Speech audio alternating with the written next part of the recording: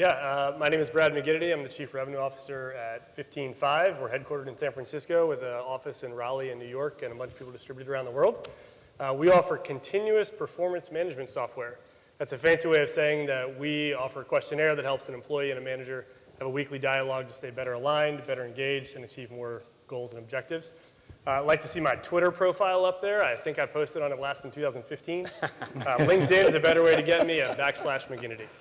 I could not agree more. When he asked me for that, I was like, ooh, I don't even know what's on there. This is probably from college. That could be scary. Eric Gressel, EVP of Sales for OneSource Communications. We've got offices in Raleigh, Greenville, North Carolina, and Portland. So we are a fully managed cybersecurity company, connectivity, computing, and so forth. Based here, we've got about 18 to 20 folks here in Raleigh.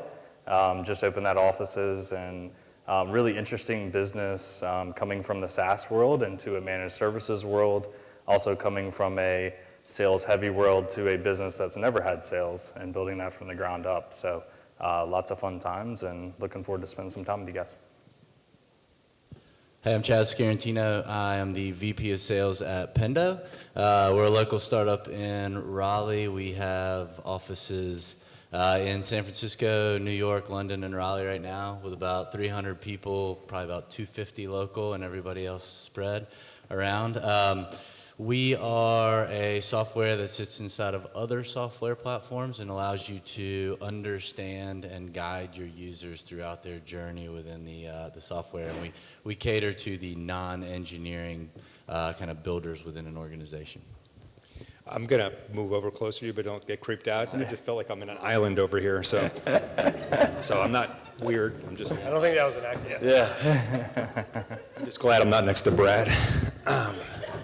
All right, this is where you guys get to weigh in. So we've picked 3 topics. We might get to all 3, but we want you guys to weigh in on what are the first 2 topics what you want to hear from these guys here. So all I'm going to do is ask you, and give you a second to read this. I don't need to read it for you. You're all adults. You can read. And then I'm going to ask you who wants 1, who wants 2, who wants 3. And a show of hands, you're going to vote on the ones you want to see, the top 2. Has everyone had enough time? I think so. Okay, I'm not going to go right on in order because I know what's going to happen. It's going to be right in order. So, who votes on number 2? All right, guys, you guys keep me honest. Okay.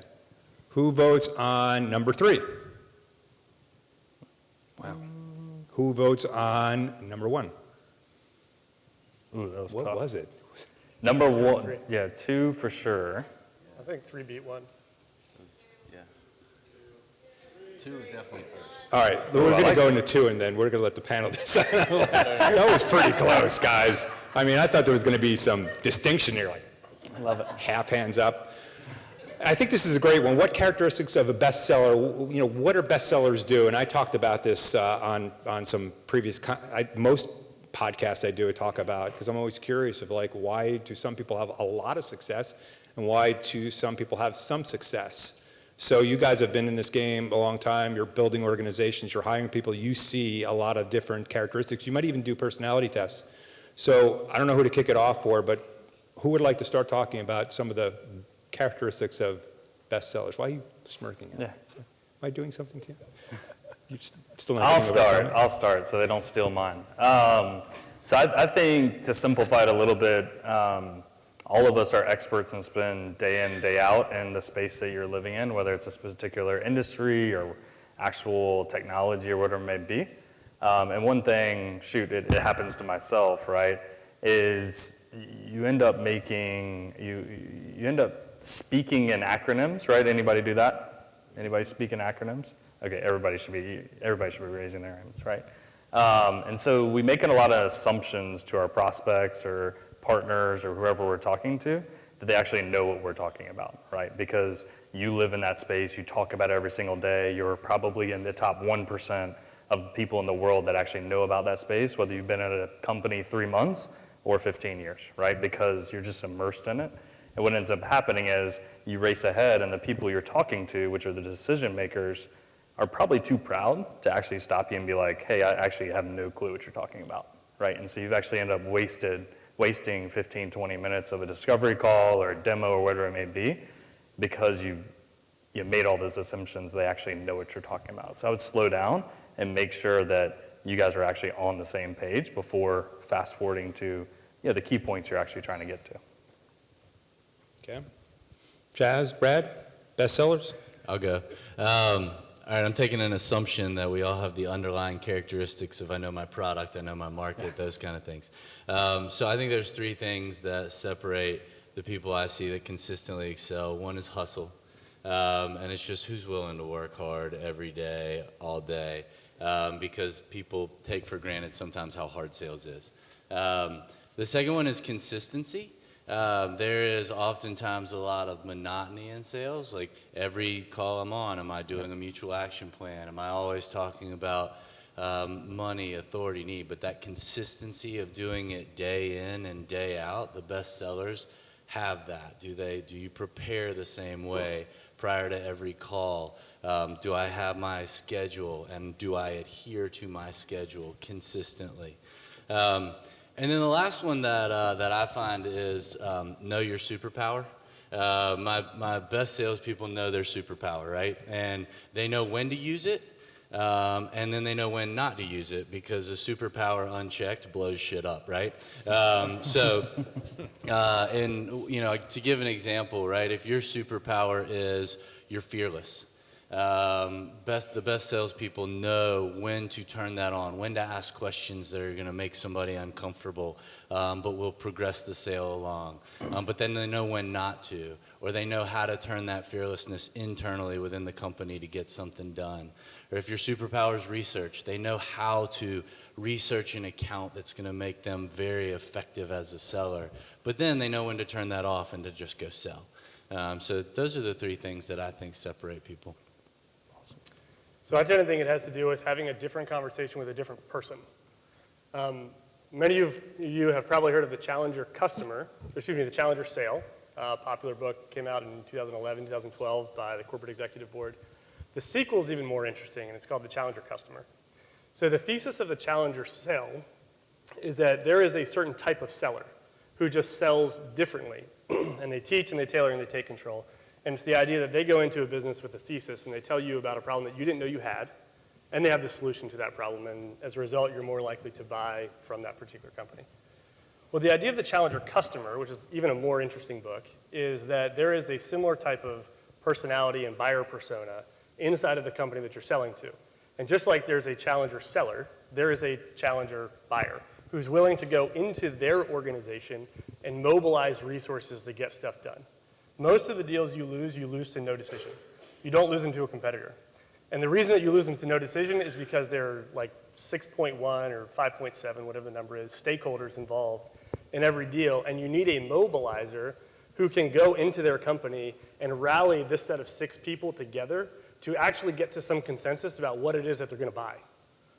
And so oftentimes what we do as sellers is we go talk to the person who will talk back to us. They're easy, they'll give us information, but those people who give us a lot of time and give us a lot of information are often those who are least effective inside of their organizations because they got time to spend on us, right? They lack credibility inside of their own organizations as a result of this. The people who don't have time to give to you until you've proven to them that this thing is important are the people who are getting stuff done inside of their companies. They're the people who have a lot of respect inside of their companies. They're the people who are making things happen inside of their companies. And so as a result of that, if you can find a mobilizer and then sell differently to a mobilizer, and selling differently to the mobilizer is about equipping the mobilizer with information and resources so that they can go do the selling internally for you, and they can create the consensus that you, as a third party, you can't ever create inside of that company. And so it's the mobilizer who's the key person that you need to be selling to. So the Challenger Customer talks about 7 different buyer profiles or buyer personas. 3 of them are the mobilizer. So go find mobilizers and sell to mobilizers. Those are all great characteristics, certainly can't be argued. One thing I'll add is I find that best sellers that can collaborate, so that can truly engage with the customer and add value to the conversation. And if you can start the collaboration with the customer, you'll get invited into the selling process. You'll literally be part of their buying decision internally. And I think that's the hard thing to teach is someone to collaborate because you have to be naturally inquisitive. And not all sellers are inquisitive. They want to say the next thing and do the next step. Inquisitive means you stop, pause, listen, ask more questions. Like sometimes we used to do this practice, like if you never have to do a product demo, I'll pay you extra commission. Like if you can talk your way and have a conversation with the customer to get them to ask that next question, you're in a different playing field than the rest of the seller. So I think collaboration it's hard to teach, but if you can find folks that do that or at least willing to try to ask more questions and be part of the process, that's a huge advantage. And can I piggyback on that for a Sure, second? absolutely. So I find that at 15.5 and the same at Windsor Circle, my top sellers were the ones that really knew their industry knowledge. And so to this point about collaboration, they're able to go into the customer's business and have a business conversation about a business problem, because the sales rep, and we're selling like to very successful CEOs and very successful like divisional vice presidents and stuff like that at 15.5. And I've got sales reps who are like 26 and 27 years old. The only thing they've ever managed is a sales process and their dog. And they're trying to like convince this CEO of a 500-person company that they happen to know some management practices better than the CEO does. Right? Like, that's a pretty hard thing to do. Like, it takes some gumption to go in there and do that. And part of the way that they can go in and do that with credibility is because they know their stuff inside and out. So are you taking the time, to your point about consistency, like, are you taking the time to go read the industry journals? Like, are you reading the blogs? Are you understanding the latest and greatest innovative things that are happening inside of your industry? And if you're doing that, you can go into that organization with credibility and speak with credibility to a CEO who is going to believe you and is going to trust you. And that's when you become the collaborator inside of that conversation. You get invited in to help lead some of those conversations. And so much of it's just because like you've done your research, not on your product, but on the problem that your product solves and on the industry trends that are happening inside of it. When you're selling predictive marketing analytics or you're selling cybersecurity software, you're selling continuous performance management, right? Know what's happening inside of that space. To piggyback off the piggyback, no pressure on the piggyback off the piggyback off the piggyback. But I think Brad and Vince bring up a good point that we get so laser beam focused on what we're selling and checking off the boxes of the discovery call and the sales process that we know we need to go through, taking a step back and actually understanding, even outside what we're trying to convince them of or sell them on, what else is going on in their business. Because a lot of times you'll find those landmines that are sitting out there that you can have the best sales process and go through and everybody's hunky-dory, yes, this also makes sense, but you never ask that one question that they had these 3 other massive priorities going on, and you wasted all that time going through that you could have identified, hey, there's no way this is happening in the next 3-6 months, right, or whatever it may be. And you got all excited, you put this on a forecasting doc, or you've sat through 7 sales stand-ups and talked about how great this deal is, and that landmine was sitting there you could have asked in the first 10 minutes of your first call. All right, so we're halfway through. I'm still not confident which way to go, 1 or 3, so I'm going to do it one more time. Love it. Because they're way different questions, but they're both really, I think, interesting. So hands for 1, hands for 3. Oh, 3. geez, that was easier that time, Yeah, wasn't a it? lot easier. A lot of decisiveness on that one. Boy, a lot of people want to advance their careers, huh? I love it. All right, move up the ladder. How do you do it? Wow, it's a great question. It's, I don't know about you guys. You hire your first SDR. 3 months later, they walk into your office. Hey, boss, how do I move up to the next role? I'm doing an excellent job out there. I'm one of the best. All joking aside, it's like, I know as leaders, you guys want to give opportunities to your team to advance their careers. So talk to us about a little bit what advice you'd give to folks, whether it's moving up to the next level of an individual contributor role or to a manager role, whatever it might be. Yeah, I'll start us off. There's a couple things that I always look for. So, I always just say work yourself out of a job, right? And that means a lot of different things. And you'll hear people talk about the reason they gravitated towards sales is you can be a CEO of your own kind of mini company within a company. And there's a lot of truth in that. And so when I start thinking about who is going to advance within the organization, it always ends up going back to a couple things.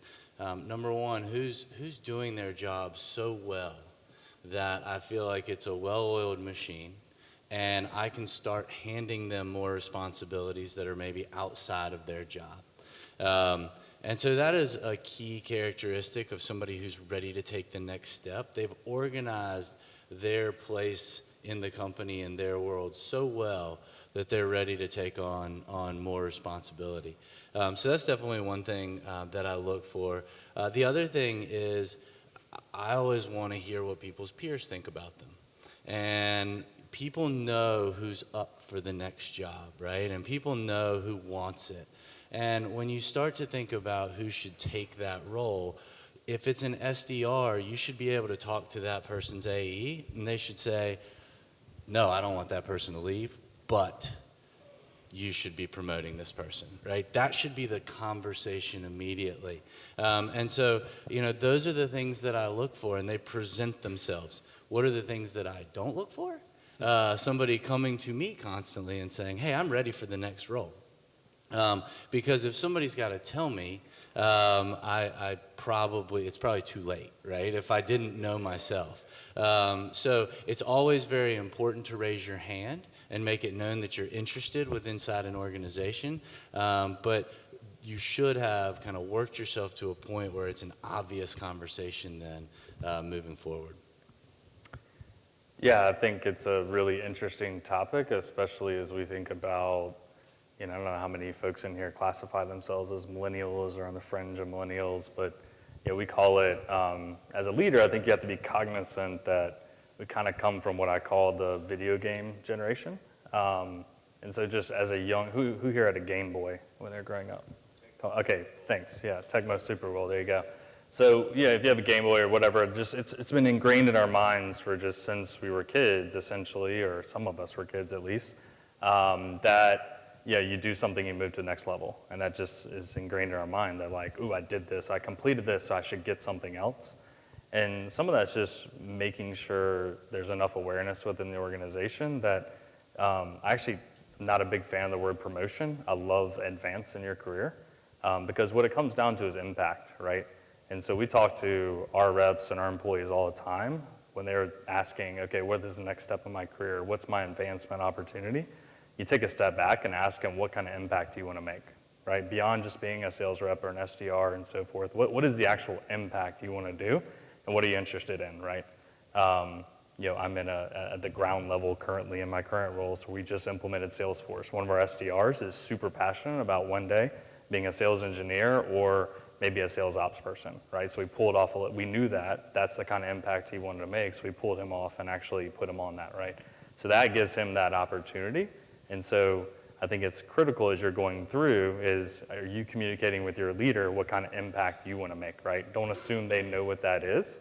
And then don't always associate advancement with management of people or a promotion, right? You can make a huge impact and never change titles for 5 or 7 years, right? And a massive impact. The last thing I'll leave you with is, this is a little bit cliche, but I'm gonna throw it at you anyway. I mean, your job is to make your leader's job easier, right? And to allow them to do less. And as much as that may sound, a little bit backwards coming from someone who leads a group, my goal is basically to be in a situation where I don't have anything to do and I can lead the business and it's a well-oiled machine and it's not woe is me to this organization, right? So that requires people underneath me to continue to take a step up and take on things that's above and beyond what they currently do, but to Chaz's point, allows me to feel very comfortable when it's their time to take a step back and just let them to run it, so. Got to get that handicap down to single digits. Oh God, that's rough. So, Not when you're in startup mode, that is skyrocketed. That's going the opposite. So a lot of thoughts come to mind for me on this one. I think one thing that I would encourage all of you guys with is just a degree of patience. If you are at a great company, stay at that company and don't leave and go to a different company just because they're going to give you a promotion and more money, unless you think that company is just as good, if not better. I've seen people leave Pendo not that often because they want to go somewhere else because they think the job's going to be better. Nobody should be leaving Pendo right now, right? It's a fantastic company. People should be going to one source and staying at one source. How much did you pay him? Unless they're coming to 15.5, right? Yeah. So part of this is just I would encourage you guys with a little bit of patience. Yeah. If you're a part of a team of 8 people, your boss, your director probably has 6 of you guys asking for a promotion. So chill out, and until you're hitting your numbers, just keep your mouth shut because we're never having this conversation until you're hitting your numbers. Now, once you're hitting your numbers, well, then the question becomes not this thing of okay, you've done a good job at your current job, and so are you ready to take on the next job? So I would highly encourage you to understand the job description and the qualifications of the next job that it is that you're looking for, because you need to be doing two things simultaneously in your current role. The first thing is doing your own job and hitting your numbers. The second thing you need to be doing is building up the skills and the qualifications of the next job, so that when you are applying for or talking to the hiring manager about that next job, you understand what it is that you will be asked to do, and you have the skills to do them. And the biggest gap here is when it's going from an individual contributor into management, right? So how can you operate as a team captain? How can you take on some projects and leadership over, over something at your sales kickoff or during a call blitz or something like that, that demonstrates that you've got the ability to motivate people, lead people, make some strategic decisions, even though you're an individual contributor today. So part of the way that you can do that is by checking in with that hiring manager every month or so, not too frequently, but to understand, like, hey, give me some assignments. I know I need to build up the skills for this next job. Give me a homework assignment that I can go do to develop a skill. And then in the next 4 weeks, like, I'm going to go do that assignment. I'm going to bring it back to you the next time we get together, and you can give me an assignment to build up the next skill that I need to have. So that by the time that it is that I'm ready and I've proven that I can do this current job together, or today, that hiring manager believes that you have the skill set to do it. You've created a relationship over the series of interactions. They've seen you deliver through these assignments, and they've seen you grow the skills and the qualifications to do that next job exceptionally well.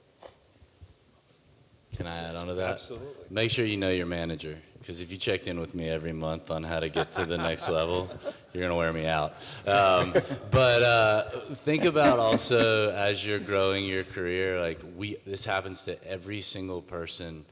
You will hit ceilings, right? It is an inevitable part of growth and the evolution, especially depending on how fast your company is growing or how slow your company is growing. You will hit ceilings, and there is a point where to prepare yourself for your next role, you got to take a step back and self-assess too. You advancing is not all reliant on your manager or your leader. A big part of it relies on you to take a step back, self-assess, figure out where your own strengths and weaknesses are, and start addressing those directly. So it's not always on someone else. Don't ever forget that. Like, you are the biggest driver of your next goal and your next opportunity. Questions for the panel from the audience, please. And I know we're not shy. Come on. What's that? Go for it. Go for it. Brad. Go for it. I got Brad. So the two on the bookends to me are the easy ones, right? You've got somebody who's in their job and they're performing exceptionally well and everybody knows it, and that's real easy. And then there's this other one where they're not performing well, they want to do the job, but they're not doing the job well. And that to me is also pretty easy as well, right? Yeah. Like, and it's easy to pacify yourself and convince yourself you're a good person because, like, I'm going to go have this hard conversation with this person that tells them they've picked the wrong career path. And that might make you feel great, but you still have to have that conversation in a way that loves and encourages and takes care of that employee. And think about the skills that they are good at, and maybe there's a better fit in marketing or customer success or customer support and blah, blah, blah, blah, blah. Maybe it's that they need to be more of an SMB sale. Maybe they need to be more of an enterprise sale, right? So that one's also easy. The hard one for me, honestly, is this one in the middle where it's like, man, they're doing a good job at their current job, but I can't see them taking the next step. Correct. And so what do I do with that person? What's the fair thing to do for that employee? And that's the hard one. And so I think I've taken an approach of indicating to this person, like, here's some skills that you need to continue to develop and you need to grow into. You're doing a good job of this current role. I'm not going to be able to promote you on until I can see these things happen, and try to be really specific about what those things are. And you're really clear about it, about those milestones, so that they can start to maybe make some of their own decisions about whether or not their long-term career path is in that current job. So I think someone also starts in the hiring process where you're talking specifically about young people. They probably don't even know if they really want to be in sales. I mean, SDR is like the hot topic and so forth. So I think in the hiring process, you have to be very realistic of what that path looks like and the expectations. And if you set that ground for it, you're doing those quarterly or biannually check-ins as far as, here's the skill sets, here's what's going to get you to that next level, here's where you're lacking, here's where you're not. Is this the right path for you? And that's kind of a blunt way of saying there's a softer way, more elegant, but I think if you start at the very beginning, just be very blunt with them. This is not rainbows and butterflies, SDRs, and all of a sudden next year you're going to be making $200,000 selling Apple, right, as an enterprise account. What it actually takes the rigor, and really the consistency, right? And I think a lot of folks get caught up when you have that guy in the middle, for example, and they're like, well, I can't quite break through, what do I need to do? And they're looking for like 4 checklist items that they can do in the next 2 weeks, and it's just not that, right? And it's hard to communicate to them, really these are 4 items that I need to really see over the next 2 to 3 quarters, like you consistently starting to improve upon them inch by inch. This is not something you can just go to next week and all of a sudden like you do an awesome discovery call and like you're the best collaborator all of a sudden. It just takes a bunch of effort, but I want to see that progression. Yeah, I agree 100% with what you guys said. I think the only thing I would really add is it is that difficult conversation of do you allow somebody a chance to move internally as well, right? Because it's you like this person, you think they could be an A player in some other role within the organization. So I end up going back to 2 things at that time. I'm going to look at, one, are they running to something or from something? Right, and I don't like it when people are running from things. Like I want it to be that somebody's running to something because that opportunity fits them better, or they like it more, that kind of thing. So that's one big thing I'm looking for. The other thing is I go back to our cultural values, right? So we may have hired top talent that doesn't fit in a specific role, but I'm also going to say, hey, do they fit within this company? Do they follow our core cultural values? Because if those are your core values and they're on the wall, they should define the type of people you want to hire. And so if they're running to something and they really fit our core values, whether this is a weakness of me as a manager, I'm going to fight to find somewhere internally for them within the company. So that's kind of the rule of thumb I go by. You guys, have you ever heard of Jeffrey Gitomer? Anyone? Hands? So he has a saying, this isn't me, by the way, so don't quote me on this, Brad. He has a saying, he says, you may just suck at sales. Yeah.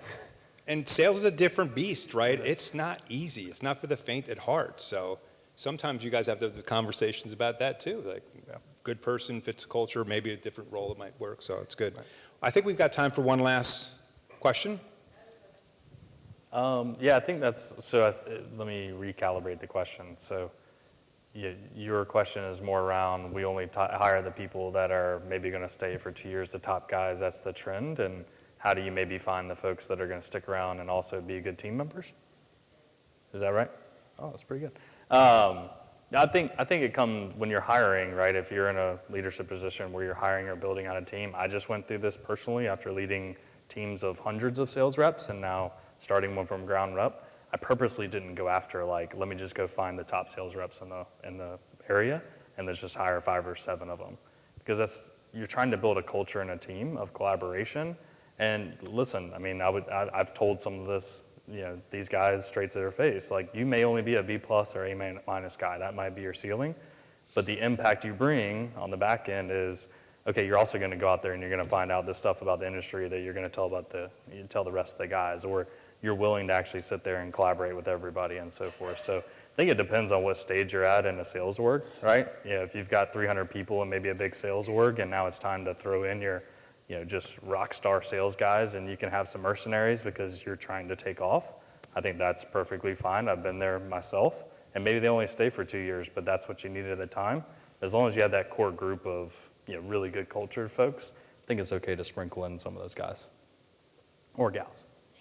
And I'm going to look for the #1 sales girl at the #2 company in the industry, because the #1 seller at the #1 company was probably getting served leads constantly. Yep, absolutely. Whereas the #1 seller at the #2 company had to fight for stuff. And if they stuck it out through a lot of churn, a lot of turmoil, a lot of things that happen in those situations. I have found that the place that they've come from is oftentimes the most key indicator of some of those traits that you talked about that they will end up exhibiting on the sales floor. That's a good one. Brad, you want to add? Good. Okay. He only hires rock stars.